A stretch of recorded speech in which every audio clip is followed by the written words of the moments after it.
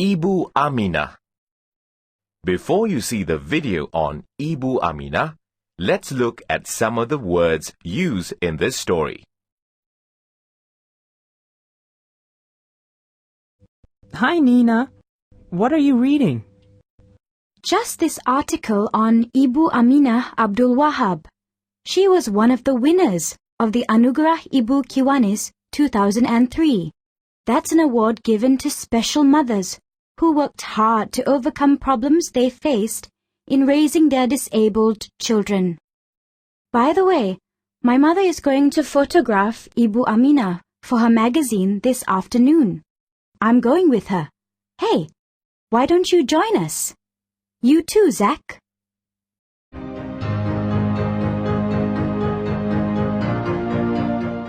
My son, Ahmad Fairoz, was born with a speech impairment.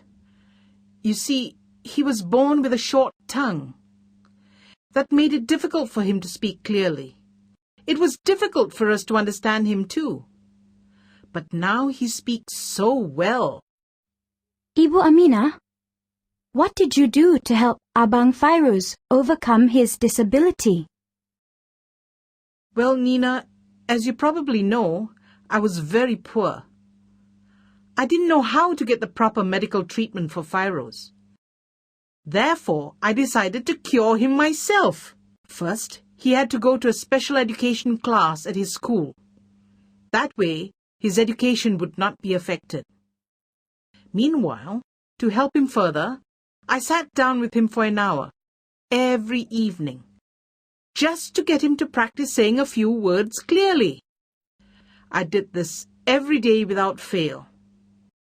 Many times I would scold him for not trying hard enough. But most important of all, I gave him the support and love that he needed. Ibu Aminah, how did you manage? I mean, I'm sure it was difficult raising 5 children and be the sole breadwinner. Oh yes, it was. I was on my own. So besides looking after the children, I also had to earn money for the family. But I had a routine. First, early every morning, I woke up to cook and sell nasi lemak. After that, I cooked and cleaned for my children. Later in the day, I did some odd jobs. On some days, I took Fairoz to the hospital for his regular speech therapy. Then, in the evening, I coached Fairoz myself. Abang Fairoz must have worked very hard. Oh yes. Fairoz went to Sekolah Kebangsaan Taman Maluri, where he attended regular Year 3 classes. He had difficulty coping. So, from regular classes, he went to a class for students with special needs for a year.